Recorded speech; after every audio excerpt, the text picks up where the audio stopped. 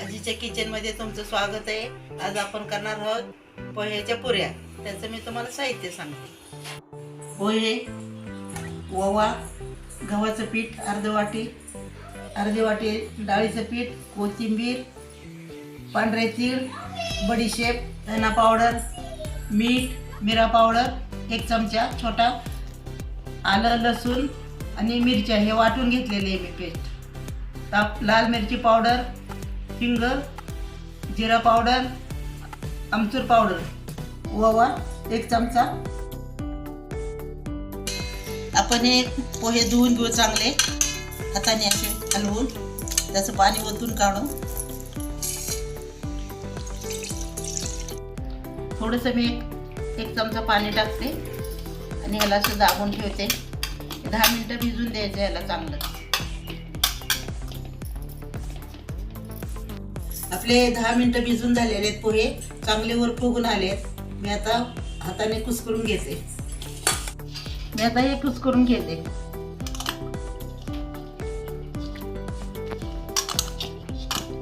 गव्हाचं पीठ टाकते मी त्याच्यात, डाळीचं पीठ घालते ह्याच्यात,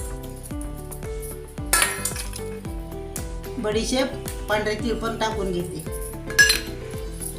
ओवा हाताने चोळून घ्यायचे जरा। हे मी सगळं ह्याच्यामध्ये कढईत ओतून घेते।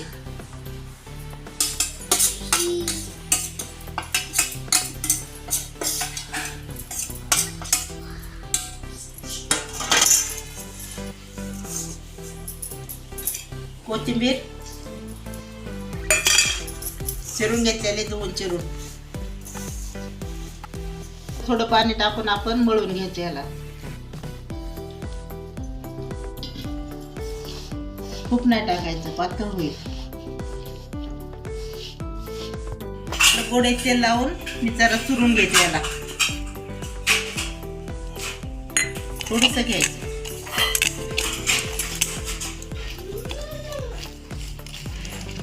याला 5 मिनिटं मी भिजून देते आणि मग गोळे करून घेते। मी पीठ छान भिजलेलं आहे। मी आता ह्याचे गोळे करून घेते। हाताला जरा तेल लावायचं, व्यवस्थित होतं।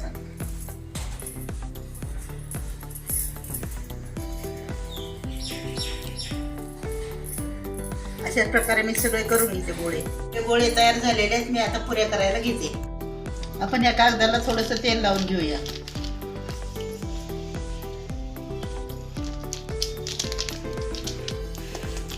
मी हाताने असं थापून घेते।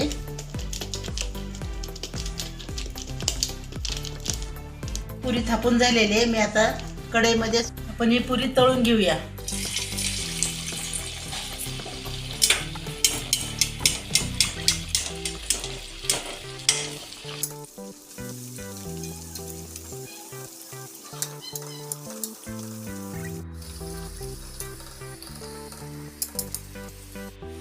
आपली पुरी तळून झालेली मी काढून घेते। अरे आपण सगळ्या पुऱ्या करून घेऊया। पोह्याच्या पुऱ्या आपल्या तयार झालेल्या आहेत। तुम्ही घरी करा, खा आणि मला नक्की सांगा। व्हिडिओ आवडले असेल तर लाईक करा, शेअर करा, माझ्या चॅनलला सबस्क्राईब करा।